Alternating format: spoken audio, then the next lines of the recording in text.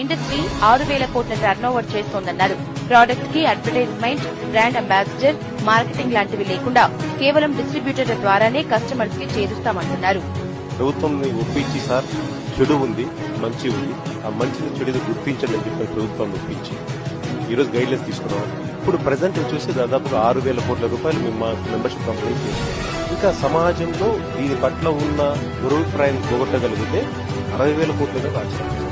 Telugu state లో అంత గొప్పగా లేదండి, ఎందుకంటే మనం ఫస్ట్ నుంచి ప్రాబ్లమ్స్ స్టార్ట్ అయింది తెలుగు స్టేట్ లో. ఇదొక ఇండస్ట్రీ మా మీద ఆంక్షలు పెట్టి మేము ఎలా నడుచుకోవాలని చెప్పు అని అడిగింది మాత్రం ఇదొక ఇండస్ట్రీ ప్రపంచం మొత్తం. సో ప్రభుత్వం గుర్తించింది, ఈ రోజు ఇదివరకన్నా బాగా ఉంది.